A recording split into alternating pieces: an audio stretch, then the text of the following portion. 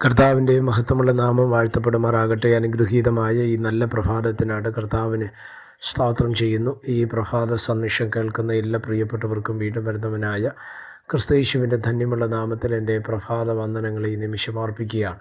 പ്രാർത്ഥനയോടെ ദൈവാശ്രയത്തോടും കൂടെ ഈ സന്ദേശത്തിലേക്ക് നിങ്ങളുടെ ശ്രദ്ധയെ തിരിക്കുന്നു. മത്തായി എഴുതിയ സുവിശേഷം 21-ാം അധ്യായം അതിൻ്റെ 21-ാമത്തെ വാക്യം. അതിന് യേശു, നിങ്ങൾ സംശയിക്കാതെ വിശ്വാസമുള്ളവരാകയാൽ ഈ അത്തിയോട് ചെയ്തത് നിങ്ങളും ചെയ്യും എന്ന് മാത്രമല്ല, ഈ മലയോട് നീങ്ങി കടലിലേക്ക് ചാടിപ്പോവുക എന്ന് പറഞ്ഞാൽ അത് സംഭവിക്കും എന്ന് ഞാൻ സത്യമായിട്ട് നിങ്ങളോട് പറയുന്നു.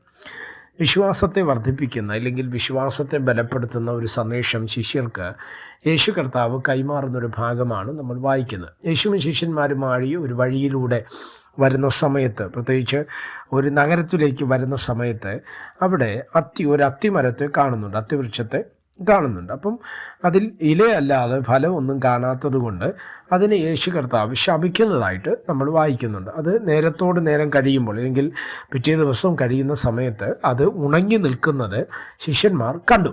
അപ്പം അതിൽ ആശ്ചര്യപ്പെട്ട ശിഷ്യന്മാരോട് യേശു കർത്താവ് പറഞ്ഞത് ഇങ്ങനെയാണ്: നിങ്ങൾ സംശയിക്കാതെ വിശ്വാസമുള്ളവരായാൽ ഈ അത്തിയോട് ചെയ്തത് നിങ്ങളും ചെയ്യും എന്ന് പറഞ്ഞാൽ അർത്ഥം, നിങ്ങൾ വിശ്വസിച്ചാൽ, ദൈവത്തിൽ നിങ്ങൾക്ക് വിശ്വസിക്കാൻ കഴിഞ്ഞാൽ ഈ അത്ഭുതം നിങ്ങളിലൂടെ എന്ത് ചെയ്യും, നടക്കും എന്ന് തന്നെയാണ് യേശു കർത്താവ് അവരോട് പറയുവാൻ തക്കവണ്ണം ഇടവരുന്നത്. അടുത്ത ഭാഗം നിങ്ങൾ ശ്രദ്ധിച്ച്, എന്ന് മാത്രമല്ല ഈ മലയോട് നീങ്ങി കടലിലേക്ക് ചാടിപ്പോക എന്ന് പറഞ്ഞാൽ അതും സംഭവിക്കും. അപ്പോൾ അതിൻ്റെ അർത്ഥം മനസ്സിലാവുന്നുണ്ടോ? യേശുവിൽ നമ്മൾ വിശ്വസിച്ചാൽ, അതെങ്ങനത്തെ വിശ്വാസം? പൂർണ്ണമായിട്ടുള്ള യേശുവിലുള്ള വിശ്വാസം നമ്മുടെ ജീവിതത്തിനകത്ത് വെളിപ്പെട്ട് വരുമ്പോൾ ഒറ്റ കാര്യം നമ്മൾ മനസ്സിലാക്കണം: ആ വിശ്വാസത്തെ പ്രതി നമ്മുടെ മുൻപിൽ പ്രതികൂലമായി നിൽക്കുന്ന അത്തിയോ മലയോ മറ്റു വിഷയങ്ങളോ ഇല്ലെങ്കിൽ അസാധ്യമെന്ന് ചിന്തിക്കുന്ന വിഷയങ്ങളോ ഒക്കെ നമ്മുടെ മുൻപിലുണ്ടെങ്കിൽ സ്തോത്രം, അതിനെ പൂർണ്ണമായി തകർക്കുവാൻ നമ്മൾ ദൈവത്തിലുള്ള നമ്മുടെ വിശ്വാസത്തിന് കഴിയും. നമ്മൾ പല വിഷയങ്ങളും പ്രാർത്ഥിക്കുന്നവരാണ്. ഒരുപക്ഷെ സാമ്പത്തികമോ ഭാവിയോ ജോലിയോ അസാധ്യമെന്ന് ചിന്തിക്കുന്ന വിദേശ യാത്രകളോ ഇങ്ങനെയുള്ള പല വിഷയങ്ങൾക്ക് വേണ്ടി നമ്മൾ പ്രാർത്ഥിക്കാറുണ്ട്, അല്ലേ?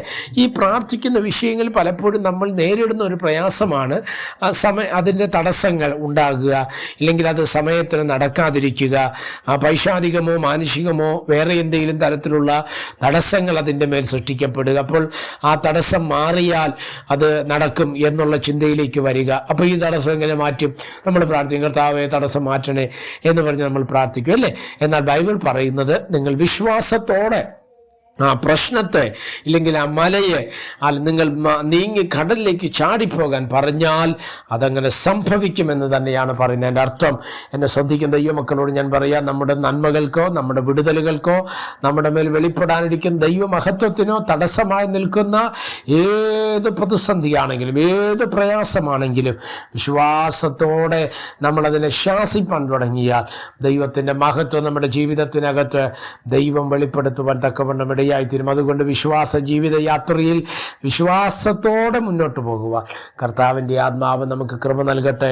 പ്രാർത്ഥിക്കാം. പരിശുദ്ധനായ ദൈവമേ, സ്വർഗീയ നല്ല പിതാവേ, ഈ സന്ദേശത്തിനായിട്ട് സ്തോത്രം ചെയ്യുന്നു. ഈ കാലത്തിൽ ഈ ലോകത്തിൽ അവിശ്വാസമുള്ളവരായിട്ടല്ല, വിശ്വാസമുള്ളവരായി കർത്താവിൻ്റെ പ്രവർത്തികളെയും വിടുതലുകളെയും കണ്ട് കർത്താവിൽ സന്തോഷിപ്പാനുള്ള അവസരങ്ങളും സാഹചര്യങ്ങളും ദൈവം ഒരുക്കേണ്ടതിനായി പ്രാർത്ഥിക്കുന്നു. അവിടെ ഞങ്ങളുടെ വിശ്വാസത്തെ വർദ്ധിപ്പിക്കണം. മഹത്വം അങ്ങേക്ക് യേശു കർത്താവിൻ്റെ നാമത്തിൽ തന്നെ. ആമേൻ. എല്ലാവരെയും ദൈവം അനുഗ്രഹിക്കട്ടെ. God bless you.